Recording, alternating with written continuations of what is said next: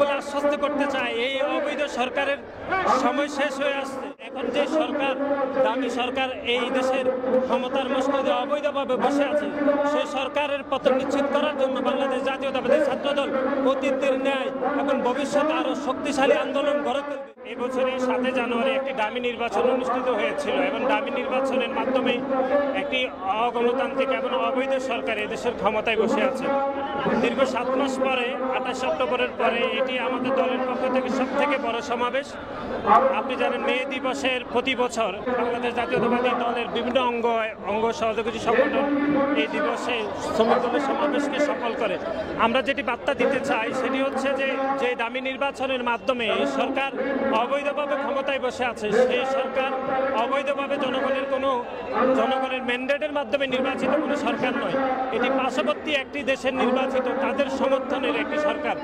আমরা শ্রমিক এবং ছাত্র জনতা মিলে ঘোষণা দিতে চাই, 90-এ যেরকম স্বৈরাচার বিরোধী আন্দোলনে এরশাদকে পতন করেছিল এবং 2007 সালে যে অবৈধ সরকারকে পতন করেছিল এবং 1971 সালে মহান মুক্তিযুদ্ধে শ্রমিক এবং ছাত্ররা মিলে যে এই দেশের গণতান্ত্রিক বাংলাদেশ প্রতিষ্ঠায় যে অনবদ্য সংগ্রাম করেছিল, আমাদের আজকেও সেই সংগ্রাম চলমান।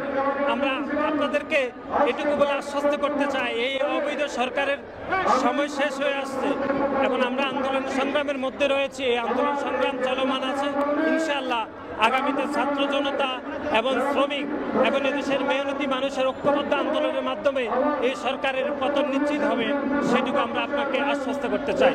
1971 সালে মহান মুক্তিযুদ্ধে ছাত্রদল সাধারণ ছাত্রদের অনবদ্য ভূমিকা ছিল। এরপরে 90-এর গণতান্ত্রিক আন্দোলন এবং তার পূর্বপর স্বাধীনতার আন্দোলনও দেশের সাধারণ শিক্ষার্থীদের অনবদ্য ভূমিকা ছিল।